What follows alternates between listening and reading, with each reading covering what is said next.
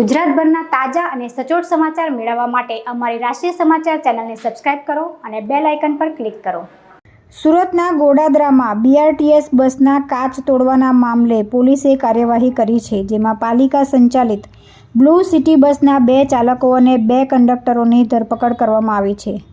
BRTS બસના કાચ પાલિકાના બસ ડ્રાઈવર અને કંડક્ટરે જ તોડ્યા હોવાનું પોલીસ તપાસમાં સામે આવતા કડક કાર્યવાહી કરવામાં આવી છે।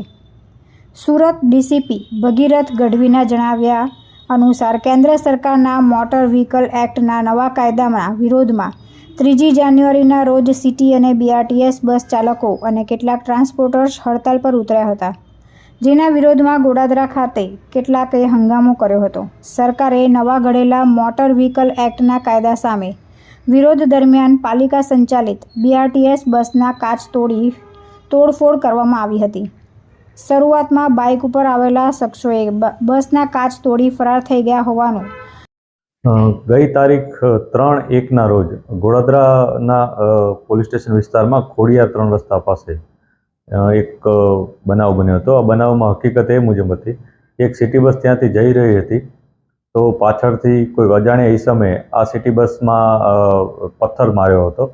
આ મુજબની ફરિયાદ લઈ અને સિટી બસના જે ડ્રાઈવર હતો એણે ગોડાદરા પોલીસ સ્ટેશનમાં ફરિયાદ નોંધાવી હતી।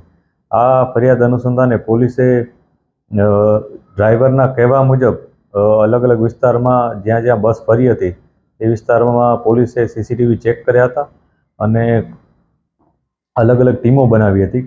લગભગ 40 જેટલા સીસીટીવી લોકેશન્સ પોલીસે ખૂબ જ મહેનત દ્વારા ચેક કર્યા અને એના પછી પોલીસને ખ્યાલ આવ્યો હતો એક ઈસમ જે મોઢે બાંધેલી હતી એ શરૂઆતમાં એણે, ત્યારબાદ એને પીછો કરતાં પોલીસને ખ્યાલ આવ્યો હતો કે ઈસમ એક બાઇકમાં હતો અને એનું નામ સમીર હાકીમ સાવતાર કરીને છે। આ વ્યક્તિની પોલીસે ધરપકડ કરી હતી।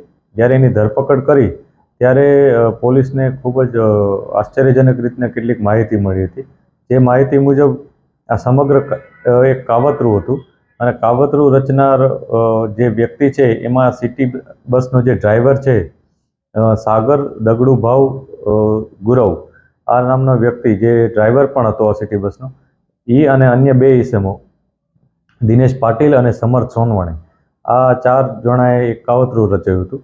જે કાવતરાના ભાગરૂપે એ લોકોએ એક પથ્થર માર્યો હતો અને આ પથ્થરની ખોટ કે અન્ય કોઈ ઈસમે અજાણ્યા ઈસમે પથ્થર માર્યો છે એ મુજબની એક ફરિયાદ નોંધાવી હતી। રટણ પાલિકા સંચાલિત સિટી બસના ચાલકો અને કંડક્ટરોએ કર્યું હતું।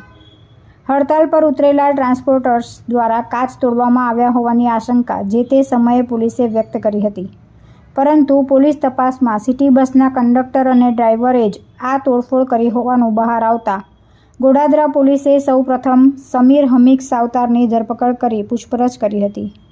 જે પૂછપરછ સાગર દગડુ ગુરવ, દિનેશ દીપક અને સમર્થ રવિન્દ્ર સોનવનેના નામો સામે આવતા તમામની ધરપકડ કરી જેલ હવાલે કરી દીધા હતા।